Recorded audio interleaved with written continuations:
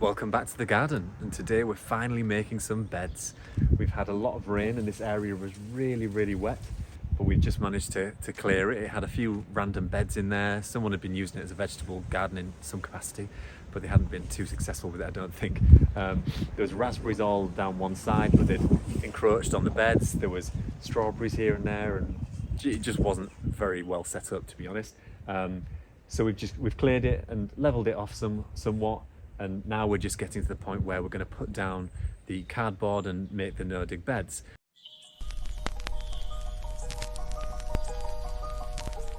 So if you've never made a no-dig bed before, it's super easy. There's one here that we made yesterday.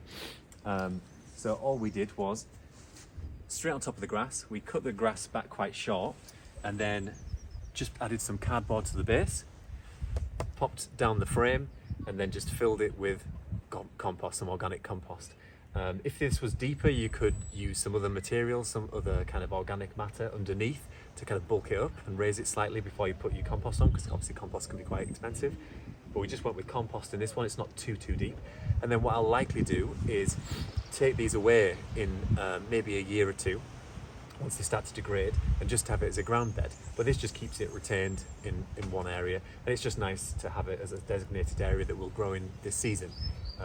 So we made this yesterday, super quick, super easy, and now we're making the ground beds. Generally with no dig, you can just, like this one here, you can just create the bed straight onto grass or a lawn, and it's just perfectly fine to grow straight into.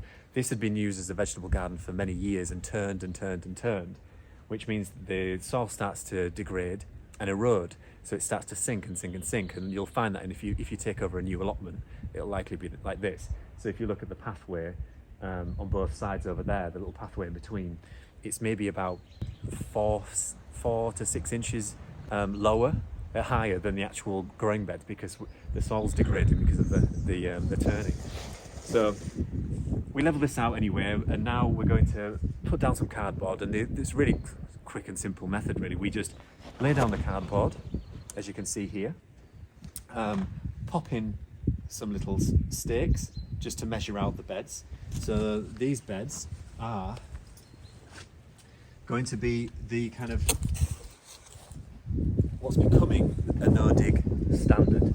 So the no-dig standard generally for market gardens is a 750mm bed with a 350mm pathway.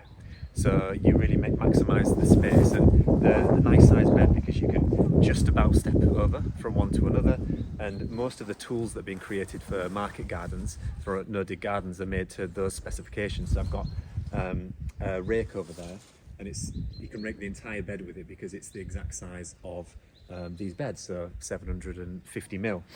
So we measure out the beds and just put in some little pegs or posts. We just use some bamboo canes to measure out the actual bed. So we've got the 75 centimetre pathway, and then the 35 centimetre bed, and then the 35 centimetre pathway. And then we're just putting some twine across to measure the bed out. So now I'm just putting down some compost. So I've got some good organic compost, and I'm literally just going through and adding it to the bed like that. I'll add it all the way through, and then I'll have wood chip either side of this bed. And just quickly to mention, the cardboard, you can just buy or pick up some cardboard boxes from supermarkets and things like that. So if you're making a small bed, that can be completely fine. Just make sure they don't have any staples in or any ink on them or any plastic tape. But then you can just lay them out, overlap them a little bit, and use those as the base for your bed. But if I'm making larger beds like this, I like to use the cardboard used for packaging that you can choose the size of as well. So this is a metre roll, and then you can just literally roll the entire length out, cut it, hold it down for a second while you put your compost down, and away you go. So it's a much simpler and quicker way of using cardboard as that initial mulch layer. And because it's packaging cardboard, it's not treated in a lot of the things that other cardboards are. Sometimes they're sprayed with plastics and fungicides and things like that to stop them going mouldy. So it's a much better way to utilise cardboard. Now I'm just giving it a quick rake over and making sure the bed's filled out. I want this to be about 4 to 6 inches deep if it's the first time you're making the bed. Once you've created the bed, year on year, you just add a small amount of compost, maybe 3 to 5 centimetres, just a very small amount, just to replenish and add organic matter to feed the soil. But in the first year, you want around about 4 to 6 inches, because it's just an investment essentially.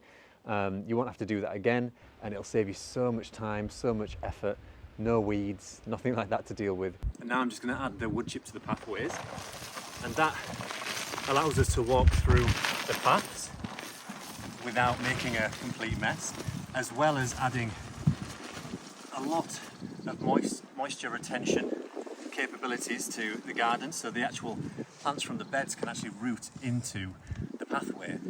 So wood chips are fantastic at retaining moisture, as well as boosting microbial populations and fungal networks, those types of things. So it's a great addition to the garden.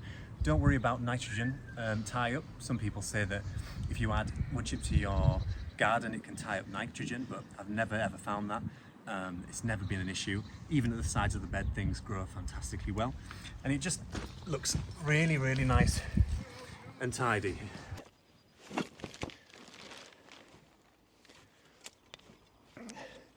And as far as compost goes, I'm using some organic compost from Plant Grow. It's a really, really nice compost. It's organic and it's vegan, chemical free and everything else. But just just use the compost that you can access. So if you can't access organic compost in bulk loads, then maybe look at councils, because they often supply kind of large amounts of compost that's from green waste. It's not the best, but usually it'll do just fine. It's just an investment for that first year.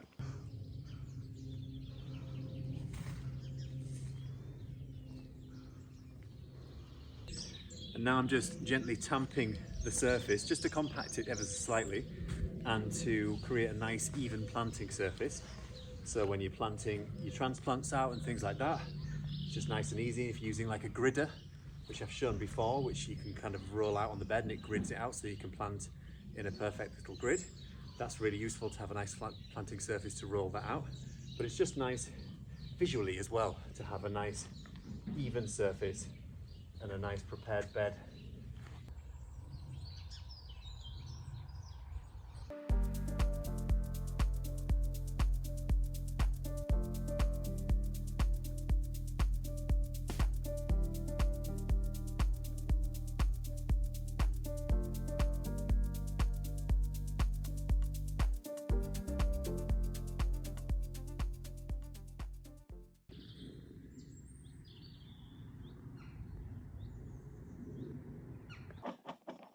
And that is the last of the wood chip and all of the bed's done. So it's taken us half of yesterday until we got rained off, and then most of today. But what a difference. If you look at the space over there, that's what this looked like yesterday. And that's the power of no-dig beds. You can create them really quickly, and it just looks so much more inviting, a space that you want to come out into and you want to use and start planting in. So we'll be starting to plant into these beds very soon. We've got an interesting little wedge, this back section here, but we'll just add in some beneficial flowers, which will look nice at the end of this bed block. But yeah, that's it. So beds like this, you don't have to make them this big. They could be half the size if you don't have a huge space, or the raised beds, as I mentioned earlier, you can make those. They're really nice to contain your garden. So if you don't have a huge amount of space, like a raised bed might be better than ground beds for you, but there's a couple of options there. But yeah, I'm really, really happy with the beds, and I hope you found it useful, and I'll see you in the next video.